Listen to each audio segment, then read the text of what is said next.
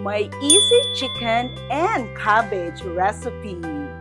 Hello mga darlings! Andito na naman po kami sa aming garden sa the grounds of Miguel at tuturuan ko na naman kayo ng napakadaling recipe, okay? So first, syempre lagyan natin ng oil. Napakadali lang po nito kasi meron lang itong chicken breast at saka cabbage, diba? Ang cabbage. Napakadali, oh. Chicken breast, cabbage, you have this onion, garlic, and then you have the bell pepper, the soy sauce, and the oyster sauce. That's it. So, it's very simple. Okay? Siyempre yan, iprito natin isa-isa ang ating chicken breast. Siguraduhin lang po natin na hindi sila crowded. At syempre, habang piniprito natin, wag na natin siyang halu-haluin, takpan po natin siya, okay? Let's cover this and then let us fry this for 1 to 2 minutes, okay? Ano ba yung sayaw ko? Ay, di ba sabi ko, wait lang kayo, papayat din ako, di ba? Okay? Siguro mga after 2 minutes, pwede naman natin siyang buksan na at baliktarin. Yan, o diba? Ang simple, napakasustansya. Okay? Pati mga anak ninyo magugustuhan ito. Sa kanila, ang chicken, sa inyo, ang repolyo. Diba? Okay, pwede na siyang hanguin. Bawas ang apoy. Yan. Okay, yan, nakikita nyo. Huwag nyo pong i-overcook dahil sayang ang lasa ng chicken breast. Para malamnam, di ba? Pangit po yung masyadong na-overcook ang mga karne. So, let us remove our oil muna. Ito na ang next step natin na napakadali rin. Ayan. First, lalagyan natin ng butter. 1 tablespoon na butter, di ba? Yan.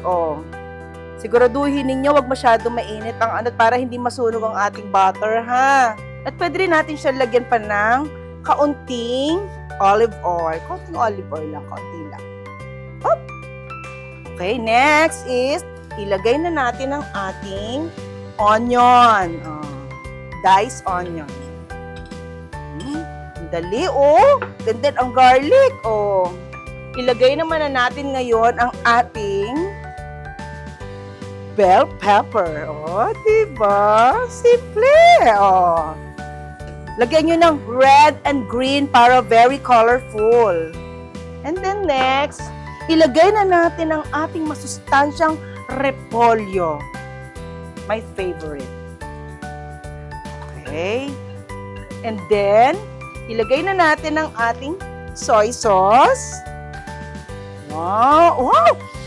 Bango na, Parang pwede agad kainin. At ang ating oyster sauce, syempre. And then, haluin ulit natin. Diba?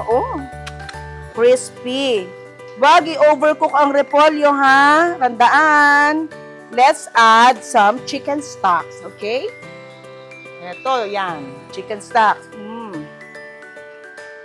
At ngayon, ang finale, syempre, ang importante at ang masyadong masarap natin ginawa kanina, ang ating piniritong chicken breast. Diba? Ilagay lang natin.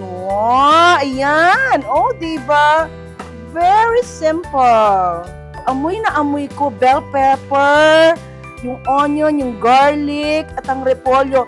Kitang-kita naman ninyo, ayan, tingnan nyo, fresh na fresh ang gulay. Hindi siya wilted, diba? Yan. A 1, a 2, a 3, a 4, a 5. It's done! Luto na, pwede natin siya tikman. Okay, tikman na natin. So sarap, patutuwa na naman ng Daddy Richard ko nito.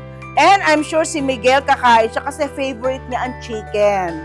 Tingnan niyo naman, so easy.